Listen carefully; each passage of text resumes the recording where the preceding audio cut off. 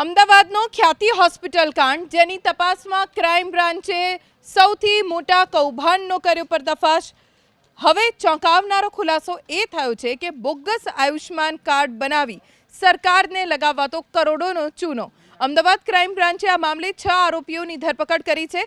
સામાન્ય રીતે પ્રધાનમંત્રી જન આરોગ્ય યોજના હેઠળ ઓપરેશનની મંજૂરી માટે 48 થી 72 કલાકનો સમય લાગતો હોય છે। જો કે ખ્યાતિ હોસ્પિટલ માત્ર 10 થી 15 મિનિટમાં જ મંજૂરી મેળવી લેતી।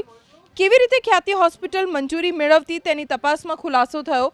કાર્તિક પટેલના કહેવાથી ચિરાગ રાજપૂત કેટલાક લોકો પાસે બોગસ આયુષ્માન કાર્ડ બનાવતો।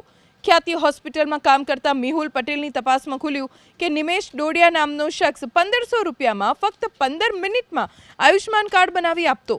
પૂછપરછમાં નિમેશે કબૂલ્યું કે તે એથિકલ હેકર છે અને વેબસાઇટમાં રહેલી ખામી બાબતે તે જાણકાર હોવાથી કાર્ડ બનાવી આપતો।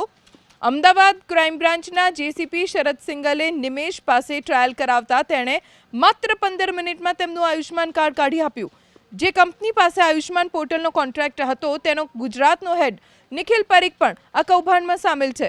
નિમેશ ડોડિયા ઉપરાંત મોહમ્મદ શેખ, અશફાક શેખ, ઇમરાન હુસૈન, ઇમ્તિયાઝ, રાશિદ, નરેન્દ્ર ગોહિલ નામના આરોપીઓ સંડોવાયેલા છે, જેમણે છેલ્લા 5 મહિનામાં જ 3000થી વધુ આયુષ્માન કાર્ડ બનાવ્યા છે।